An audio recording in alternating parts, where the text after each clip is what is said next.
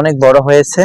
তারপর একটু সোজা না, স্ট্রেট কাট সোজা ভাবে তো আর সব ঘাসগুলো হয় নাই, সেই জন্য খুব ভালো ফলন। প্রায় এবার সহ আমার এই ঘাসটা বর্তমানে এই জমিতে দ্বিতীয় বছর রানিং।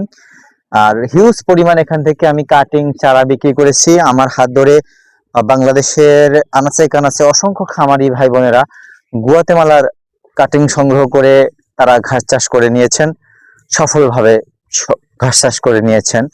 আপনারা যদি আমেরিকান গুয়াতেমালা ঘাসটা এখনো পর্যন্ত সংগ্রহ করতে ব্যর্থ হন, আমি বলবো খামারি ভাই বোনদের অবশ্যই আপনারা কিছু হলেও 200 হোক, 300 হোক, বা 150 পিস হোক, এরকম করে হলেও কাটিং সংগ্রহ করে এই অন্ততপক্ষে ক্যালসিয়ামপূর্ণ ঘাসটা আপনার জমিতে আপনার গবাদি পশুর জন্য আপনি চাষ করে নেন।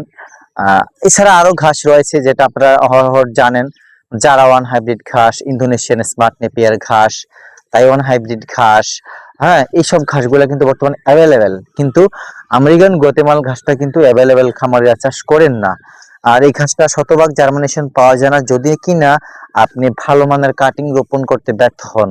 সেই জন্য আপনাকে অন্তত পক্ষে যারা কাটিং উদ্যোক্তা আমাদের মতো খামারি প্লাস কাটিং প্রস্তুত করে থাকে তাদের সাথে যোগাযোগ করে আপনি কাটিং সংগ্রহ করবেন, তাহলে আপনি ঠকবেন না, প্রতারিত হবেন না, আপনি আপনার কাঙ্ক্ষিত কাটিং সংগ্রহ করতে পারবেন। দর্শক, কথা বাড়াবো না।